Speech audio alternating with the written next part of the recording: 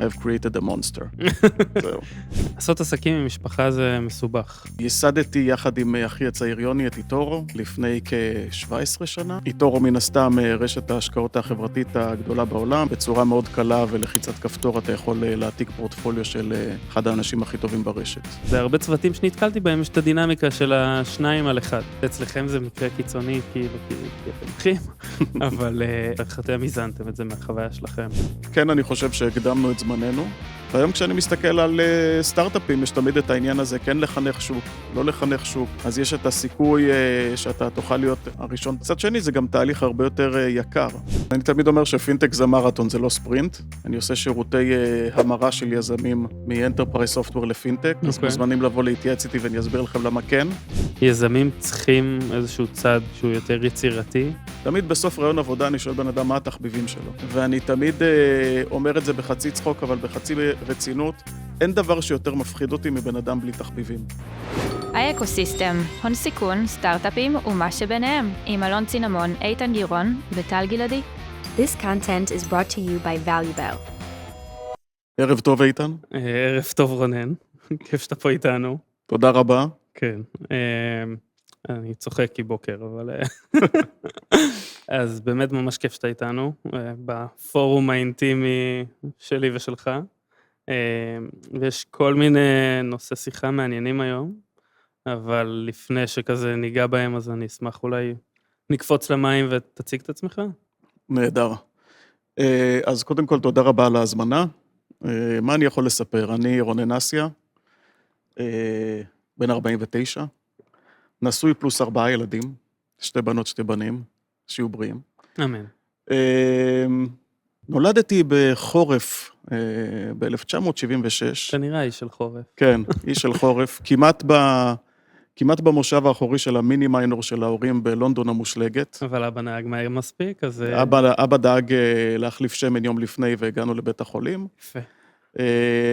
והחלק החשוב, אני חושב, באינטרו זה שאבא היה יזם הייטק בעצמו, ובעצם התחיל את הדרך שלו ביבוא מחשבים בסוף שנות ה-70 לארץ, הרבה לפני שמחשבים היה משהו פופולרי ולא היה מחשב בכל בית וכו'. אז בעצם גדלנו בבית מאוד טכנולוגי, אני, אחי ואחותי, וככה זאת הייתה הסביבה עיצבה והמשיכה לעצב את מה שהפכתי להיות. I've created a monster. זהו. האמת שזה נקודה שאני ארצה שניגע בה, כי זה מעניין קצת ההשפעה, וגם הדינמיקה. לעשות עסקים עם משפחה זה תמיד מורכב, ונראה לי יהיה מעניין לדבר על זה. אבל כזה, נראה לי איטורו, טימייט, כזה, תן לנו את השפיל של אם מישהו הגיע להאזין ולא...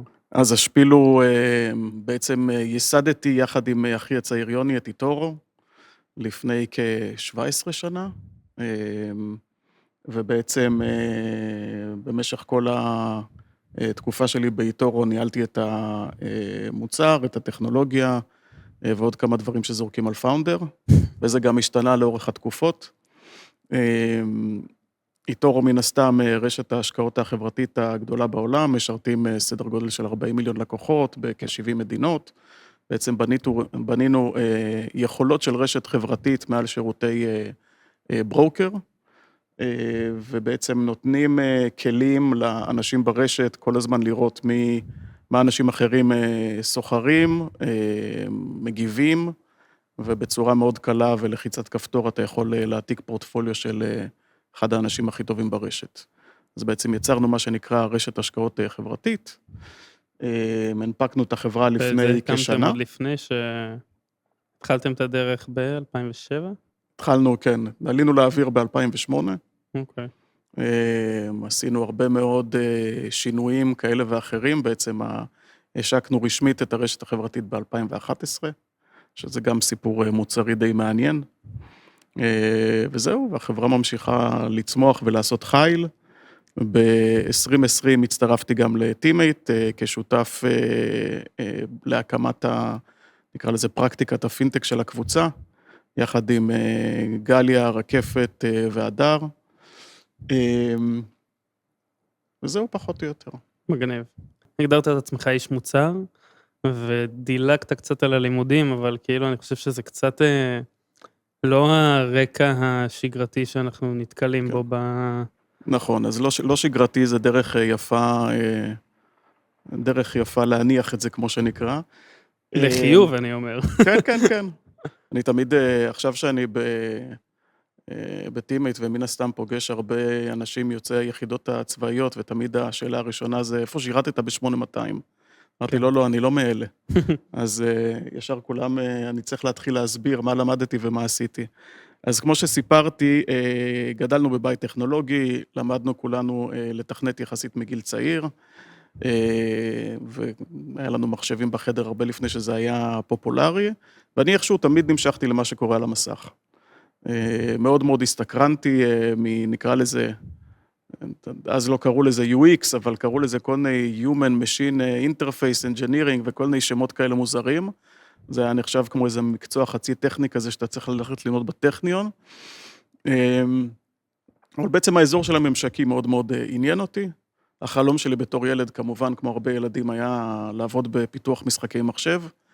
זה לא כל כך יצא לפועל באיזושהי תקופה קצרה, אבל זה לא ממש, בזמנו לא היה אקוסיסטם כל כך ישראלי. ובאמת כל הזמן מצאתי את עצמי נמשך לאזור של הממשקים, וכשהגיע הזמן לבחור מקצוע אחרי השירות הצבאי, חשבתי שהדבר שהכי ייתן לי כלים זה ללכת ללמוד עיצוב. עשיתי תואר ראשון בעיצוב תעשייתי בבצלאל, בירושלים, ואחרי זה המשכתי לתואר שני גם בעיצוב מוצר ברויאל קולג' אוף ארט בלונדון, ובעצם במהלך כל התקופה, כל הזמן ניהלתי רומן עם טכנולוגיה, אז כשרוב חבריי בירושלים הלכו לעבוד בעבודות מזדמנות, אני הייתי יושב בלילה ובונה אתרים, בונה אפליקציות, בתקופה שעוד היה מאוד קשה לייצר ממשקים. לא ביקשת מהקלוד קוד שנייה לפתח. לא, זה היה ממש ראשית ימי הג'אווה-סקריפט, כשעוד השתמשו בג'אווה-סקריפט לא בתור שפה עילית, אלא בתור להזיז דברים על המסך. כן. אז HTML, CSS, JavaScript, הייתה תקופה מעניינת גם בעצם, התחלתי, או העסק במרכאות התחיל להתרומם התחלתי ללמוד בשנת 98, היה לזה הרבה ביקוש, רגע אחד בשנת 2000 התפוצץ את הבועה, ואף אחד כבר לא בונה אתרים יותר, זה גם היה רגע נקודה מעניינת בזמן. ובעצם, כן, אז יצאתי, נקרא לזה מעצב עם תפיסה או יכולות טכנולוגיות כאלה ואחרות, ואני זוכר תמיד כשהתחלנו לחשוב על להקים את איתורו, שבעצם גם היום אני חושב שהרעיון בבסיסו היה סוג של תפיסת חוויית משתמש מאוד, מאוד חשובה, כי אמרנו בעצם, לא המצאנו את הברוקרג', בסדר, זה היה כבר עולם קיים, אבל אם היית רוצה בזמנו להתחיל לסחור במניות, אז התהליך היה מאוד מאוד מסורבל, ואנשים היו מאוד, מאוד חששו לגבי התהליך. זה היה נתפס כמשהו מורכב, מסובך, עם חסמי כניסה מאוד גבוהים, ובעצם אמרנו, בוא ניקח את אותם דברים, ונבנה לזה ממשקיות הרבה יותר טובה. ואני תמיד מספר את הסיפור שמדינת ישראל, כשאנחנו גדלנו, אני גדלתי כי אני קצת זקן, סוף שנות ה-70, שנות ה-80, טלוויזיה עם מעט ערוצים, שרידים סוציאליסטים, טבו לדבר על כסף. אף אחד לא מדבר על כסף.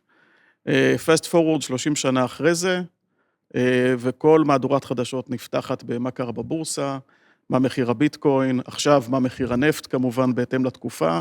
כל יום זה למעלה למטה. בדיוק, אז המדיה עשה עבודה מאוד טובה כל הזמן לדחוף לנו נתונים פיננסיים, אבל עדיין חלקים גדולים באוכלוסייה, ואפשר גם אחרי זה לדבר על זה בנתונים איך זה נראה בארצות הברית מול אירופה ומדינות אחרות, חלק גדול מהאוכלוסייה מבחינתו לגעת בשווקים הפיננסיים זה משהו לחלוטין לא נגיש. וזה מה שרצינו בעצם לפתור, לייצר מערכת הרבה יותר טובה, שנותנת גם את המידע וגם את הנגישות לשווקים הפיננסיים. וככה הכל התחיל. מגניב. זה איזושהי הסתכלות על החוויה של אנשים שבאים להשקיע אחרת. זה כן. נראה לי כזה מהרקע שלך, זה נורא מעניין. אני כאילו קצת טועה גם במובן היותר רחב, היום כשאתה בא ובוחן יזמים, האם ההסתכלות הזו היא גם שונה ואחרת, בגלל אותו תואר שלמדת. כי אתה לא בא ומסתכל על סטיגמות, כי גם אתה לא היית עונה על הסטיגמות האלה בעצמך. כן, אז קודם כל שאלה יפה, אני באמת מוצא את עצמי יותר ויותר נדרש לסוגיה הזאת. גם כשהייתי בתור מעסיק באיתורו, כשהייתי מראיין אנשי מוצר, מתכנתים, או לכל מיני תפקידים אחרים, הקורות חיים אף פעם לא היו הגורם המכריע, נקרא לזה ככה. אני חושב שזה מאוד חשוב לתת לאנשים צ'אנס, אני חושב שגם הוכחתי את זה יותר מפעם אחת, ואני מתעקש ברעיונות עבודה לא לקחת את זה רק למקומות מקצועיים, להבין קצת יותר את התפיסה של הבן אדם.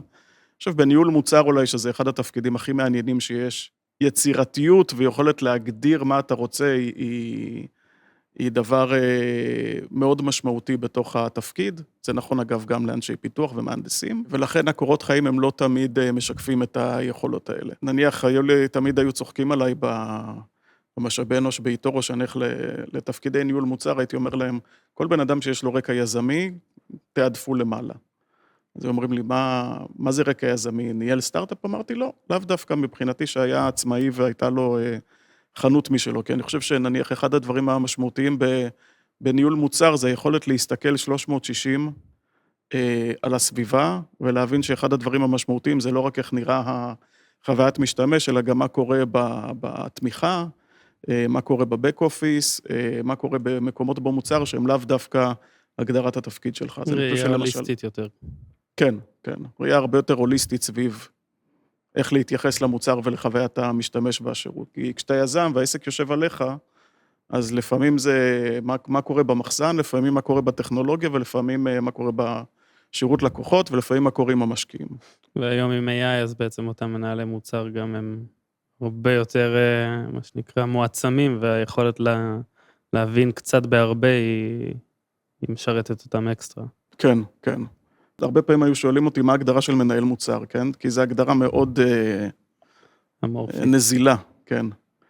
וכשאני התחלתי את הקריירה, מכיוון שעוד פעם, אני קצת אנטיקה, אז, וגם תמורות בהייטק הישראלי, כן? הייטק שלפני 30 שנה היה הרבה מאוד enterprise software מאוד מאוד כבד, דור ראשון בעצם של ההייטק הישראלי. שזה אבא שלך. שזה אבא שלי, בין השאר. ואז תפיסת מנהל מוצר היה יותר דומה למה שפעם קראו לו מנתח מערכות. מישהו שיושב בתוך גוף הפיתוח, מסתכל על איך לאפיין דברים כמעט ברמה הטכנית, לא היה הרבה דגש על חוויית משתמש, כמעט לא בכלל, והיית צריך לתווך בין הלקוח, שהוא איזשהו Fortune 500, לבין התוכנה שאתה מייצר, היו טסים הרבה לחול, וממלאים הרבה דפים בדרישות. ופסט פורוד, אני חושב שהגדרת התפקיד הזאת מאוד מאוד השתנתה, והיכולת באמת היום, נקרא לזה, להגדיל ראש ולהסתכל על כל מה שקורה מסביב, היא הרבה יותר משמעותית, ולכן גם, אני חושב שיש גם ייווצר יותר ביקוש, וגם הגדרת התפקיד הזאת משתנה, ואני חוזר בחזרה לשאלה, כשהיו שואלים אותי מה זה מנהל מוצר, הייתי אומר, אתה צריך להיות קולבויניק ממש טוב. כן. זו ההגדרה הכי כוללנית שאני מכיר. כי לפעמים אתה צריך קצת אלגוריתמיקה, לפעמים קצת חוויית משתמש, לפעמים קצת תמיכה, לפעמים לעזור בבאגים, ובסוף אתה... זה מעניין גם ההסתכלות קצת על ההייטק כדורות, כי באמת הוא היה הרבה יותר, נאמר, ועדיין, אבל הרבה יותר B2B ו-Enterprise, משהו כבד, ואתם עם איתורו בעצם באתם והקמתם משהו שהוא פונה קונסיומרית לצרכן, שזה היה... היום זה גדל יותר ויותר, אבל דאז זה בטוח לא היה יותר מדי בארץ. נכון. אז זה בדיוק המעבר הזה שהתחלתי לדבר עליו קודם, בין הייטק, נקרא לזה 1.0 להייטק 2.0. אני זוכר שאני גם מספר, כלומר, כשהלכנו לנסות לגייס כסף לאיתורו ב-2007, אז אח שלי טכנולוג, דודו שותף שלי דאז טכנולוג, ואני בן אדם עם רקע בעיצוב, ואמרנו, אנחנו הולכים לעשות פינטק, direct to consumer, ואף אחד לא הבין על מה אנחנו מדברים. קודם כל, המונח פינטק אז עוד בכלל לא היה, עוד לא השתמשו בו בזמנו, וכמעט לא היו פה חברות שעשו B2C. שהיום זה תחום מן הסתם הרבה יותר פורח, גם האזנתי פה לפרק שעשיתם דני. עם דני, אז אני גם מצטרף לחלק מהדברים שהוא אמר, ואז נוצר פה דור שלם של חברות שהתחילו לעשות קונסיומר, אם זה אנחנו, ואם זה וויקס, ואם זה פייבר, ואם זה בשלבים מאוחרים יותר גם למונייד, ועוד הרבה חברות אחרות שבאמת עושות פה עבודה מופלאה, וזה כבר לא בושה להגיד, אני רוצה לעשות הייטק בישראל ולגעת בצרכן הקצה, כן. ולא חייבים רק לעשות Enterprise Software. מגניב. אז בוא נדבר באמת על ההקמה של איטורו, אבל נראה לי רגע לפני כזה, החלטת להקים את החברה עם אח שלך. לעשות עסקים עם משפחה זה מסובך.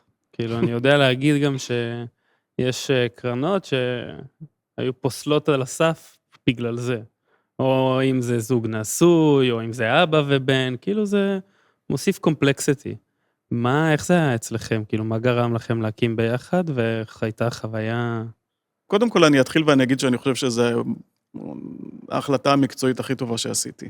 אם הוא שומע את זה עכשיו. אם הוא שומע את זה עכשיו.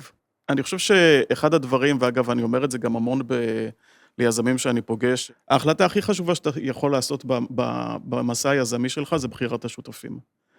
זה בסדר גודל יותר חשוב מהרעיון, זה בסדר גודל יותר חשוב מהמשקיעים שתבחר. בחירת השותפים זה הדבר הכי חשוב. וראיתי המון מקרים שבהם אנשים לא בחרו מספיק בתבונה או בזהירות את השותפים שלהם, וזה בדרך כלל נגמר לא טוב. הדאטה ממש מראה שזו הסיבה הכי גדולה שסטארט-אפים נכשלים. נכון. והרבה פעמים גם כשמגיעים אליי יזמים, נניח אם זה יזם בודד, והוא אומר לי, אני גם צריך, אני אומר, למקבל את השלב של להקים סטארט-אפ ולחפש שותף, זה קשוח. כלומר, זה לא בלתי אפשרי, אבל יש פה בעצם שני סיכונים שאתה מנהל שצריכים להיפגש ביחד. אני תמיד אומר, תיקחו את הזמן בבחירת השותף. זה בעיניי קריטי. כן. תעשו מספיק דייטים, תראו שיש כימיה, תראו שתפיסת העולם שלכם דומה או שונה אם צריך, תראו שאתם משלימים אחד את השני, כי בסוף זה חתונה לא קתולית, כן? כי לא, סטארט-אפ זה לא חייב להיות לכל החיים, אבל בטח לכמה שנים הקרובות זה הולך להיות מאוד משמעותי, כן. ובטח בשנים הראשונות שהלחץ הוא אסטרונומי וחוסר הוודאות הוא גדול מאוד, אז אני חושב שזו החלטה סופר חשובה, ולכן אני חוזר בחזרה, אני ואח שלי גדלנו באותו בית, ולכאורה אתה חושב שבגלל שגדלנו באותו בית, היינו יוצאים איכשהו אנשים דומים, אבל כל מי שפוגש אותנו יותר מחצי שעה, תמיד שואל איך יכול להיות שאתם אחים. ואני חושב שזה גם חלק מהרוטב הסודי שלנו, בתרגום חופשי לסיקרט סוס, כן. תרגום מעניין, כן. זה שאנחנו באמת מצד אחד בחזון ובתפיסה מאוד מאוד מסכימים, אבל בשאר הדברים אנחנו מאוד משלימים אחד את השני. הוא באמת, כמו שאומרים, סוס פרא. הוא כל הזמן רץ קדימה. גם עכשיו, אגב, בתקופה הנוכחית, כבר אנשים שואלים אותי מה שלום יוני, אני אומר, אני לא יודע, הוא נחטף על ידי קלוד. מנהל איזה 60 סוכנים במקביל, אז אף אחד מהסוכנים לא יכול לענות לך? אז כן, חלקם התחילו לענות לי חלקם, עד שהבנתי שזה סוכנים. ואני בן אדם הרבה יותר, איך נאמר זאת, יותר מיושב, יותר אוהב לשבת על דברים.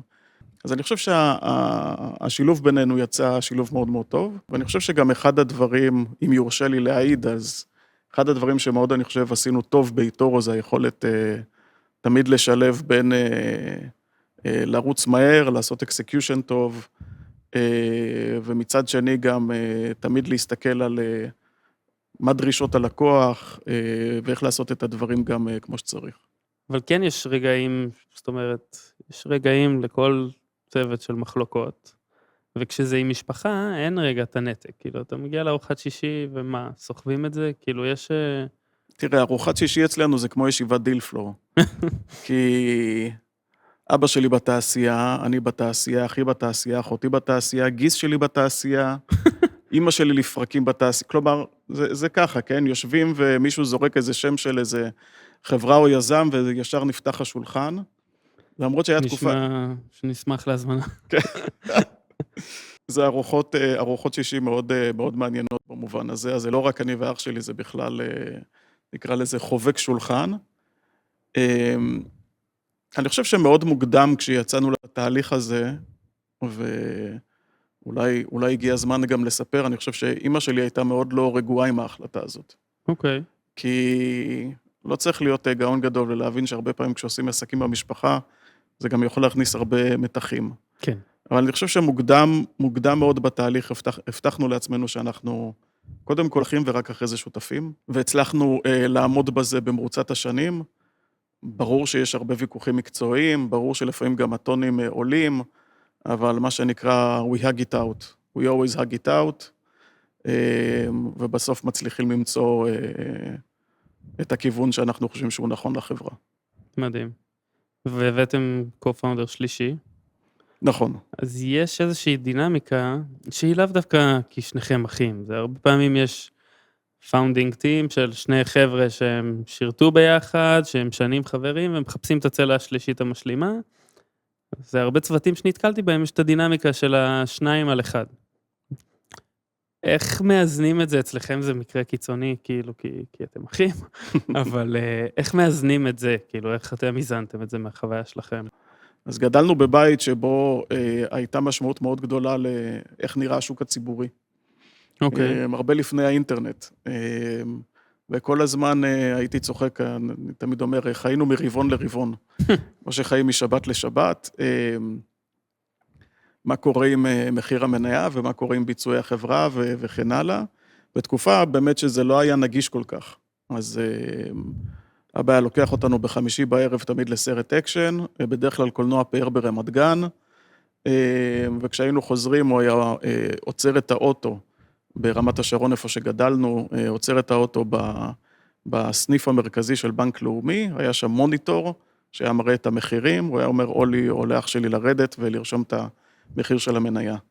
אז נהיינו, גם אני וגם יוני במובן הזה, נהיינו מכורים לעקוב אחרי מחירים של מניות, מה שלימים אחרי זה גם מייצר את החיידק הזה שיוביל לאיתור. כן. זה הזוי לחשוב שפעם לא יכולת לפתוח את הטלפון ולראות את כל זה היה או בסוף יום עבודה ללכת לבנק, או לחכות בדיליי של יום שהעיתון גלובס זורקים לך אותו על הדלת, ואתה הולך ומחפש את הרשימות מאחורה עם סרגל, בפונט 4, אני לא יודע מה זה היה אז. ובעצם כשהתחלנו לחשוב על איתור, אמרנו, טוב, יש לנו איזה רעיון גדול, אבל צריך עוד מישהו שיהיה הצלע הטכנולוגית. יוני בזמנו עשה תואר שני במדעי המחשב בבינתחומי, ישב שם בתואר יחד עם דודו, וככה הכל התחיל לזוז, וזהו.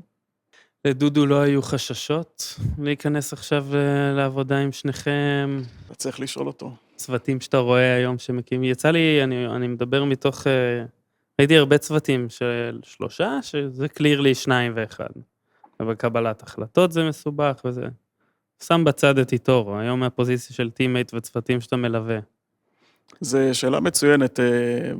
אחד הדברים ששמתי לב אליהם, שזה מאוד קשה להכניס אנשים, צוותים לתבניות, ואני אסביר. גם כשהצטרפתי לטימייט, אז היה נראה לי ממעוף הציפור, שיש איזו דרך מסוימת, שזה חלק גם מההתוויה שלנו, שיש איזו דרך מסוימת לנסות להקים מיזמים, סטארט-אפים, ובסוף אתה נתקל בזה שכל חברה בסוף נראית קצת אחרת, כן? לפעמים יש לך צוות יזמים חזק בלי רעיון, לפעמים יש רעיון טוב בלי צוות, לפעמים חצי צוות וחצי רעיון, וכל דבר בדרך כל אחד יכול פתית להשתנות. שלג. כן, כן. דווקא במובן היזמי אני חושב שכן. וגם שם אני חושב שהעולם, האקוסיסטם הישראלי מאוד מאוד השתנה. אוקיי. ואם אני חוזר בחזרה עוד פעם, 2 עשורים אחורה, אז יזמים תמיד היו מאוד כזה שטנץ, 2 או 3 חבר'ה, כולם יצאו מיחידות טכנולוגיות, כולם טכנולוגיים במקור, והנה יש לך צוות, ובסוף איכשהו יש איזושהי חלוקה ביניהם של אחד יהיה CTO, אחד יהיה מנכ"ל, ועוד אחד יהיה משהו אחר. והיום אתה רואה צוותים הרבה פחות הומוגנים, שזה טוב אני חושב. כן. פתאום יש לך צלע שהיא go to market, פתאום יש לך צלע שהיא יותר עסקית או מוצרית, או מביאה קצת חשיבה שונה, כי אנשים מבינים שהשטנץ הזה בחלק מהמקומות, כן, לא בכולם, בחלק גדול מהדומיינים זה לא חייב להיות רק 3 טכנולוגים. אז אני חושב שגם המרקם הזה מאוד משתנה עם השנים. אני חושב שאיתורו לא הייתה מצליחה לקום אם לא היה לכם את הטאץ' המוצרי, כי יש פה המון חוויית לקוח. נכון. יש הרבה דוגמאות כאלה. וגם שלושתנו היינו מאוד, כן, אם נקרא לזה, סליחה על הקלישה, עם תשוקה מאוד גדולה על מה שאנחנו עושים. מאוד עניין אותנו בסוף לבנות משהו שיגיע ללקוחות קצה. אז זה לא שזה היה רק אני ושני טכנולוגים, זה היה באמת מסע משותף של שלושתנו במובן הזה. מדהים. נהיה לפני שאנחנו ממשיכים, אנחנו רוצים לעצור רגע ולהודות לשותפים שלנו.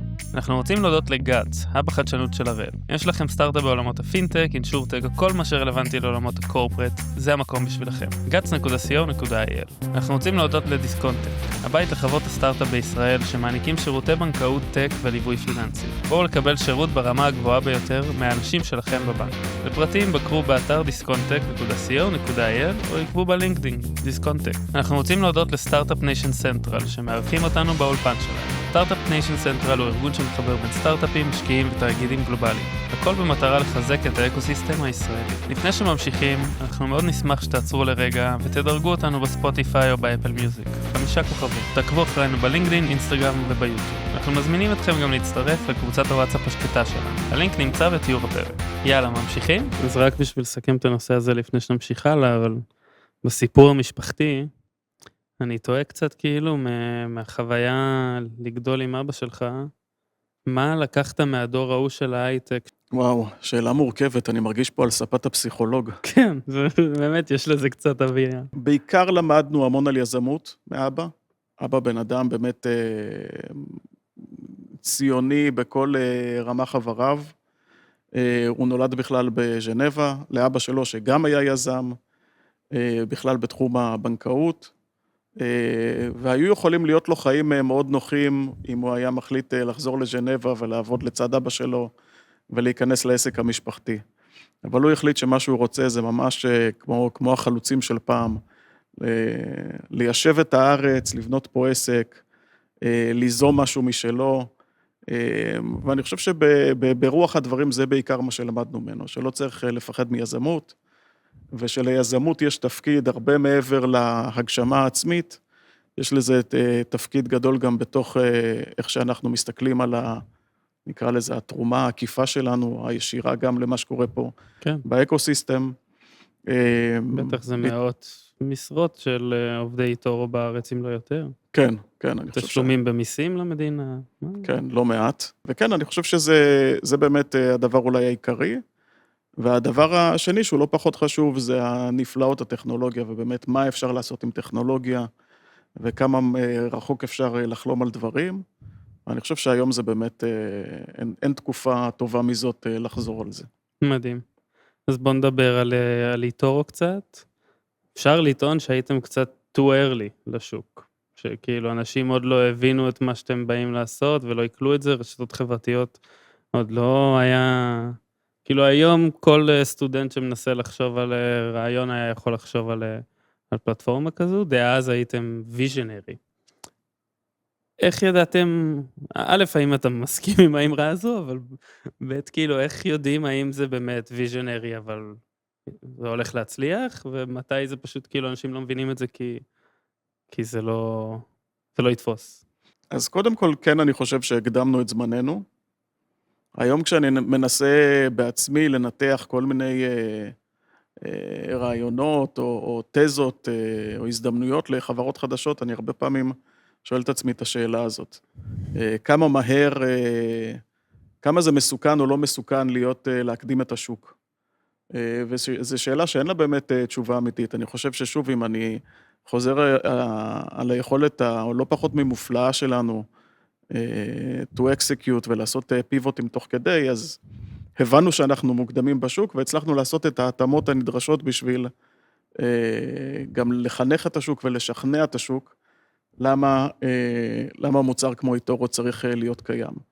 ובשנים הראשונות זה לא היה קל, כי היו לנו הרבה משקיעים, שוב, נכנסנו לשוק קיים, כן? שוק הברוקראג' שוק גדול וענק, וקיים כבר מאות שנים בצורות כאלה ואחרות. בטח לא המצאנו את זה, הוא הומצא אי שם באנגליה במאה ה-16, אבל מן הסתם קיבל בוסט מאוד רציני עם הטכנולוגיה, והשוק הוא קיים וגדול ומצליח, ובשנים הראשונות היה לנו יותר קשה לקבל טרקשן, והמשקיעים לא הבינו למה אנחנו לא... 2007 זה עוד לפני שלכל אחד היה סמארטפון ביד. זה הרבה לפני המובייל, זה אפילו לפני קצת Web 2.0 מה שהיה אז, זה 5 שנים לפני רובינהוד. אוקיי. זה לפני שאנשים הבינו למה ברוקראג' צריך להיות משהו נגיש. כן. והייתה תקופה שהיינו צריכים באמת להסביר למה אנחנו צריכים לחנך את השוק, למה הדבר הזה בכלל קיים. ואני חושב שזו תקופה שמאוד גם מצווה אותנו מקצועית, אבל גם מאוד עיצבה את החברה. והיום כשאני מסתכל על סטארט-אפים, יש תמיד את העניין הזה, כן לחנך שוק, לא לחנך שוק.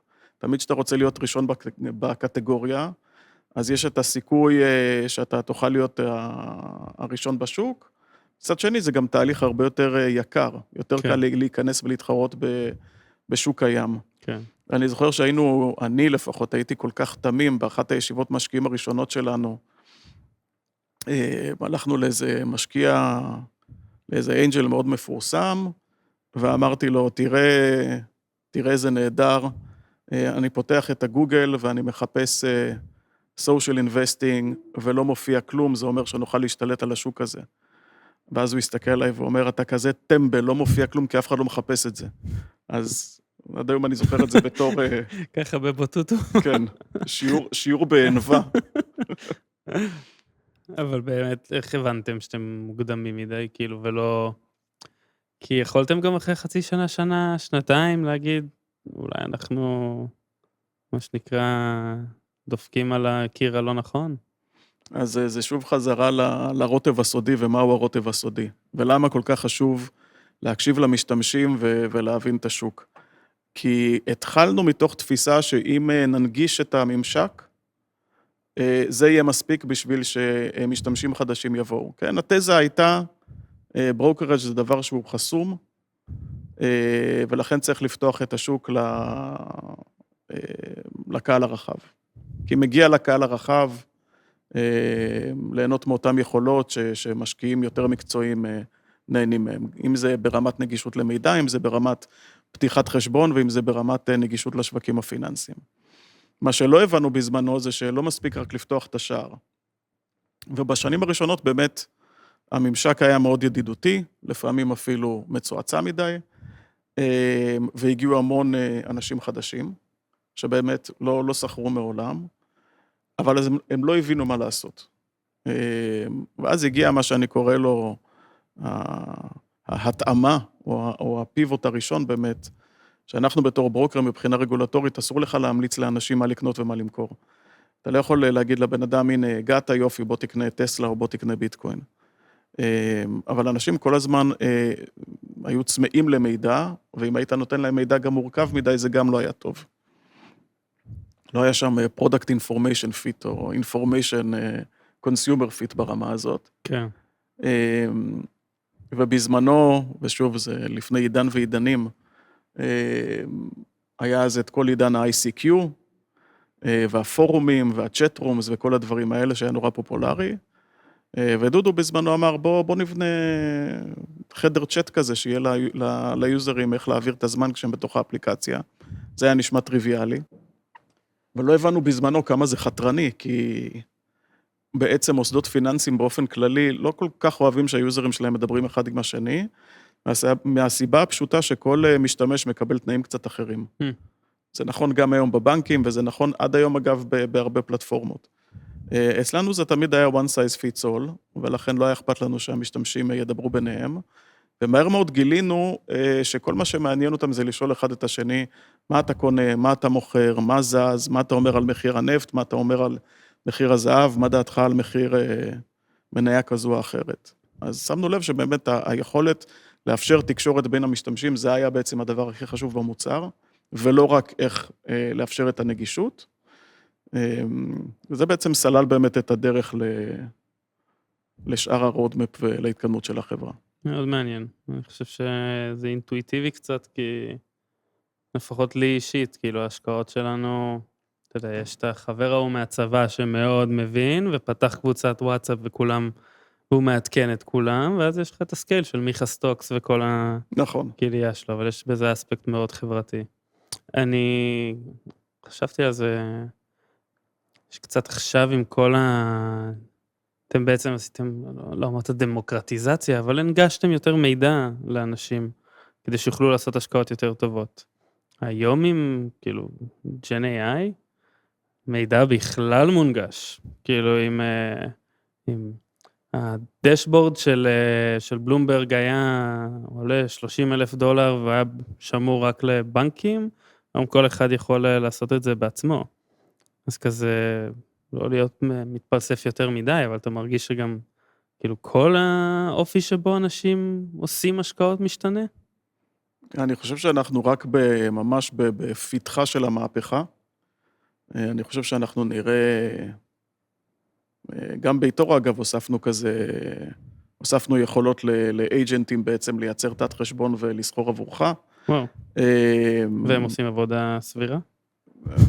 תלוי מה אתה אומר לאג'נט לעשות. הבנתי. השקנו גם אפסטור משלנו, שיוזרים יכולים בעצם לכתוב מיני אפליקציות משלהם, ובאמת זה מראה דברים מדהימים, כלומר, אני חושב שהנושא המסחר הוא בקצה, אבל השאלה היא באמת מה המהפכה הזאת מביאה איתה, והיכולת באמת לנתח כמויות גדולות של מידע, לסכם כמויות גדולות של מידע, לייצר לעצמך אסטרטגיות, לחכות אסטרטגיות, זה דבר שהוא לא פחות ממדהים. אני כן אגיד משהו אני חושב שהרבה אנשים לא מבינים, עדיין כמה המידע הוא לעתים גם לא נגיש, כן? לא בכדי הזכרת את בלומברג, כן. שאנשים משלמים עליו אלפי דולרים בחודש, עוד אין לך מספיק מקומות ברשת, שאתה יכול להגיע לאותה רמת מידע. כי המידע הזה גם עולה הרבה כסף. כן. ואז יש שאלה של גם האם ישנו את היכולת לצרוך את המידע, האם תוכל לקבל מידע מבלומברג על פי שימוש, אז אני חושב שזה באמת בעצם השלב השני שכבר יאפשר באמת מסחר. אז בואו נקפוץ רגע להיום, או לפני כמה שנים, החלטת להצטרף לטימייט. מה גרם לך לעשות את השינוי הזה? המעבר לדארקסייד, יש שיקראו לו. אוי ואבוי. עכשיו אני צריך להסביר למה טימייט זה לא הדארקסייד. נכון. קודם כל אפשר לקרוא לזה משבר גיל 40 מוקדם. אוקיי. אבל האמת היא שאיתורו זה כנראה באמת גאוות חיי המקצועית, מהרבה מאוד בחינות, אבל תמיד הרגשתי שאני רוצה יותר מילד אחד. אוקיי. יש לך 4? כן, יש לי 4 בבית, אז כנראה גם רציתי יותר בחיים המקצועיים. אני עדיין כמובן גם מעורב באיתורו, אני בבורד, אז כלומר לא באמת משחררים משהו שאתה גם כל כך אוהב וגם בנית עם אח שלך. אבל באמת ב-2020 החלטתי להצטרף לקבוצת טימייט, רצו באמת להרחיב את המודל המפורסם של הפאונדרי שלהם גם לאזורי הפינטק, וחשבתי שזה הזדמנות מאוד מעניינת. יש לי נאום שאני לא יודע אם נספיק לעשות במפגש הזה, אבל לאן עפים היזמים כשהאגם קופא, כפרפרזה על התפסן בשדה השיפון, אבל בעצם... אני חייב טיפה הסבר, זה מסקרן. אז נניח אתה יזם בחברה, כן. מוצלחת יותר, מוצלחת פחות, זה לא כל כך משנה, ואתה שואל את עצמך מה השלב הבא. ואני שם לב שזו סוגיה שיוצא לי להידרש עליה יותר מפעם, כי הרבה אנשים באמת באים לשאול אותי, ואתה אומר לעצמך, רגע, מה קורה? כלומר, אני אחזור לעבוד בתור שכיר, לא עשיתי את זה כל כך הרבה שנים, אני לא בטוח שאני יודע איך לעשות את זה כבר. אני אקים עוד סטארט-אפ, לא יודע, עברו כל כך הרבה שנים, אתה יודע, בשנים הראשונות באיתורו, כל אחד אומר שהמסע שלו היה קשוח, אבל באמת, ישנו במשרד, אכלנו במשרד, בכינו במשרד, צחקנו במשרד, זה היה, ישנו באמת... חוויה של פעם בחיים, אבל פעם. כן, אז אתה אומר, רגע, אני אעבור עכשיו את אותו דבר עוד פעם. יש כל מיני אנשים, אני פוגש הרבה פנסיונרים צעירים בהייטק, זה גם קורה הרבה, אבל בתקופה שתוחלת החיים הממוצעת כבר יכולה להגיע ל-80 צפון, אז אתה אומר, מה, אני 50 שנה עכשיו יעשה יוגה וישב בבתי קפה, גם לא בטוח שזה הכיוון הנכון, אז אתה יודע, אנשים מחפשים את עצמם. ואצלי, בגלל הרקע המוצרי שלי, ובגלל שזאת, שוב, התשוקה המקצועית שלי, משהו בתוך המודל של טימייט, היה נראה לי מאוד, מאוד אטרקטיבי. כלומר, היכולת לעבוד עם צוותים קטנים, ממש להיכנס איתם מתחת לאלונקה, לא רק משקיע שאתה פוגש פעם בבורד ב3 חודשים, אנחנו גם כולנו יושבים באותה קומה, אז החברות שאני עובד איתן יושבות איתי ממש באותו ספייס, כן. ומשהו בתוך החוויה הזאת, באופן אישי, היה נראה מאוד מעניין. כן, אני יכול גם לראות את הערך המוסף שאתה מביא מהניסיון, ואיך באמת החוויה, כאילו משהו השתנה בהסתכלות שלך פתאום כמשקיע? כאילו אתה רואה עכשיו המון חברות ואתה הכרת רק סיפור אחד, או האם אתה כמשקיע מנתח חברות אחרת מקולגות שלך שלא היו יזמים בעבר? זו שאלה מצוינת. כשאומרים משקיע, זה ישר נכנס לאיזו תבנית מסוימת של נקרא לזה low touch, ואצלנו המודל הוא מאוד high touch. אז לפעמים היו שואלים אותי, איך אתה מגדיר את התפקיד? הייתי אומר, אם פונדקאית. אני עובד עם זוג יזמים, אני נכנס איתם להיריון, ובאיזשהו שלב אחרי איזושהי תקופה, אני מוסר להם את הילד והם ממשיכים לגדל אותו. בקיצור, אז באמת אני מנסה כל הזמן לחפש את האנלוגיות של איך זה נראה, לפעמים אומרים לזה, אתה co-founder פסיבי, אתה co-founder לתקופה, אבל בסוף אני רואה את עצמי ממש כחלק אינטגרלי מתהליך ההקמה. לפעמים אגב, כמו שיצא לי לעשות לא פעם אחת ולא פעמיים בטימייט, אני מתחיל להקים את החברה עוד לפני שיש יזמים. שזה גם מודל שהוא לא כל כך טריוויאלי. בעולם הגדול לפעמים קוראים לזה ונצ'ר סטודיו, אבל גם לזה יש הרבה פנים וצורות. אבל אני חושב שהחוכמה זה באמת עבודה מאוד מאוד אינטנסיבית, בגלל זה גם היזמים באופי צריכים להיות אנשים שמאוד אוהבים, נקרא לזה שיתוף פעולה הדוק ומתמשך. וכן, זה חלק ממה שמייצר את הקסם במודל. מדהים. אז בואו ניגע בכמה רגעים במה אתם רואים שמעניין עכשיו בשוק הפינטק. כאילו אני חושב שעשינו עכשיו פרק עם אילון אביב מקוליידר על כל מה שקורה בקריפטו, ופולי מרקט וסטייבל קוינס, ויש שם ים של דברים. ואמרנו AI, ואנחנו דיברנו על נפט והוולטיליות של זה. כל כך הרבה קורה.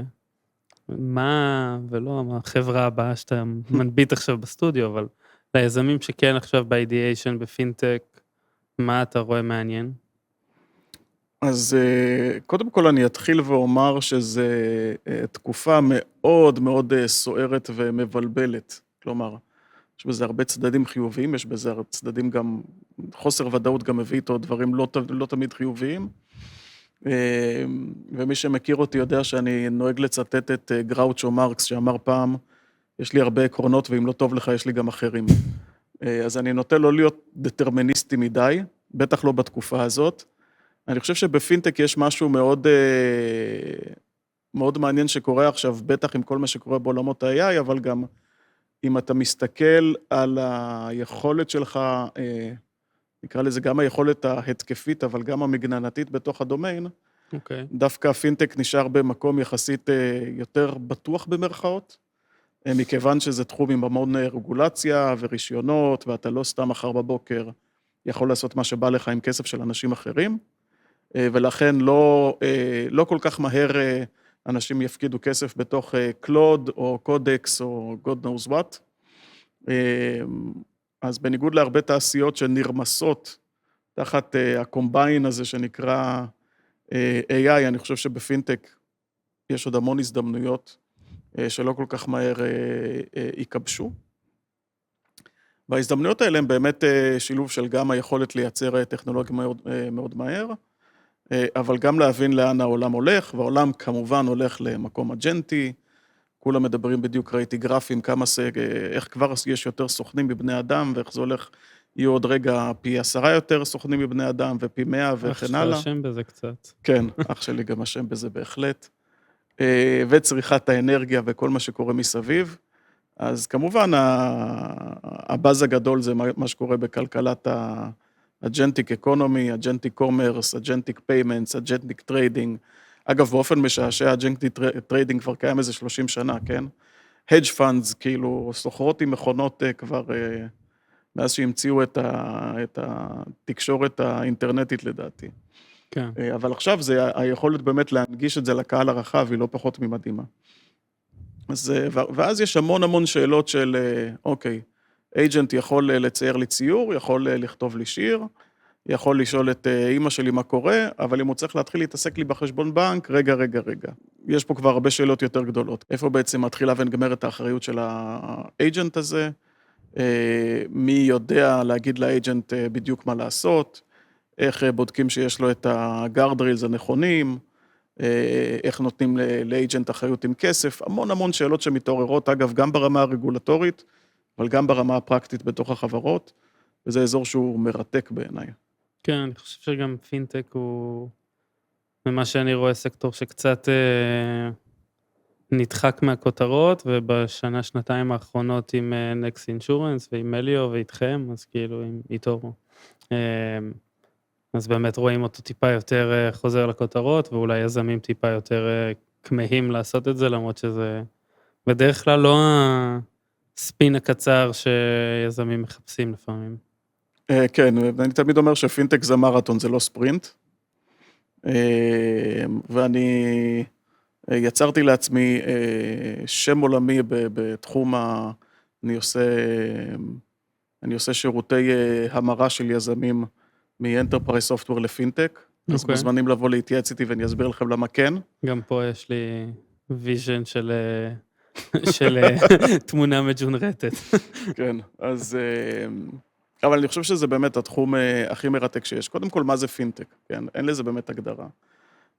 זה כשאתה מתעסק או בלייצר שירותים פיננסיים, או למכור מוצרים לחברות שמייצרות שירותים פיננסיים, אז זה יכול להיות מחר בבוקר אינשורטק בהודו, וזה יכול להיות פיימנטס בסרי לנקה, וזה יכול להיות לפתוח חשבונות בנק בארצות הברית. אז אין לזה באמת איזה משהו אחד מאחד. זה גם מאוד תלוי גיאוגרפיה.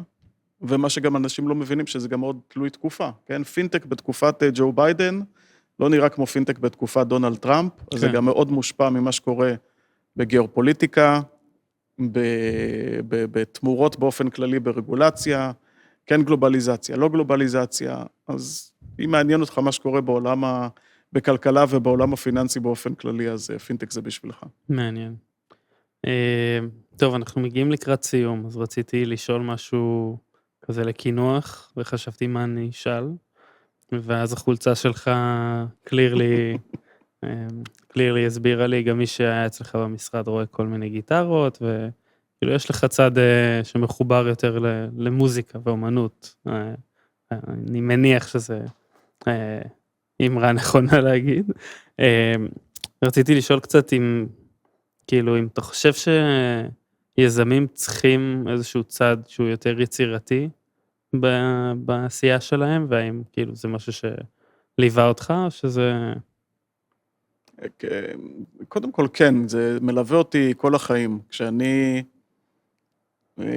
כשגדלתי בשנות ה-80 ברמת השרון, כשהגעת לבר מצווה, היית עולה לתורה ומקבל גיטרה חשמלית. ואני חושב שכל מי שהיה איתי בשכבות בגילאים האלה, מוזיקה הייתה חלק מאוד חשוב בחיים שלו, ובי איכשהו זה נדבק אולי קצת יותר מאחרים, למרות שיש לי עוד חלק גדול מהחברים שאני עוד נהנה איתם ללכת להופעות וכו', אבל כן, זה גם המשרד שלי מקושט בפוסטרים של להקות, והנה עכשיו אני עם חולצה של הסקס פיסטולס, ובימים כתיקונם אני גם מנסה גם קצת לנגן בבית, למרות שאני כל פעם מופתע מכמה אני נהנה מזה, לעומת כמה אני לא טוב בזה, אז אולי טוב שזה נשאר בתור תחביב. אבל זה חוזר בחזרה גם למה שדיברנו עליו בהתחלה, על איך לראיין אנשים, ואיך לא להסתכל על קורות חיים. תמיד בסוף רעיון עבודה אני שואל בן אדם מה התחביבים שלו. ואני תמיד אומר את זה בחצי צחוק, אבל בחצי רצינות, אין דבר שיותר מפחיד אותי מבן אדם בלי תחביבים.